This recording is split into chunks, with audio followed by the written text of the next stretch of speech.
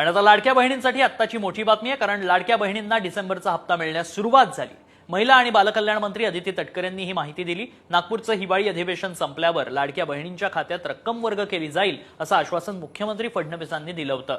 त्यानुसार आजपासून लाडक्या बहिणींना डिसेंबरपर्यंतचा हप्ता मिळण्यास सुरुवात झाली आहे। नाही, साधारणपणे आज आपण आचारसंहितेच्या कालावधीमध्ये जी काही डीबीटीची प्रक्रिया स्थगित झाली होती कोड ऑफ कंडक्टमुळे, ती आता पुन्हा एकदा रुजू झालेली आहे। 24 तारखेपासून आम्ही डीबीटीची प्रक्रिया सुरू केली आहे। याच्यात दोन गोष्टी आहेत महत्त्वपूर्ण, त्या म्हणजे जे मूळ लाभार्थी आहेत त्यांना तर जो लाभ आहे तो वितरणाची सुरुवात आहेच, पण आधार सीडिंगमुळे जे लाभार्थी लाभापासून वंचित होते त्यांची सुद्धा, ज्यांचे आधार सीडिंग झालेले आहेत त्यांना सुद्धा डीबीटीची प्रक्रिया आहे ती आम्ही सुरू केलेली आहे। पहिल्यापासून 6 महिन्याचे पैसे मिळणार का?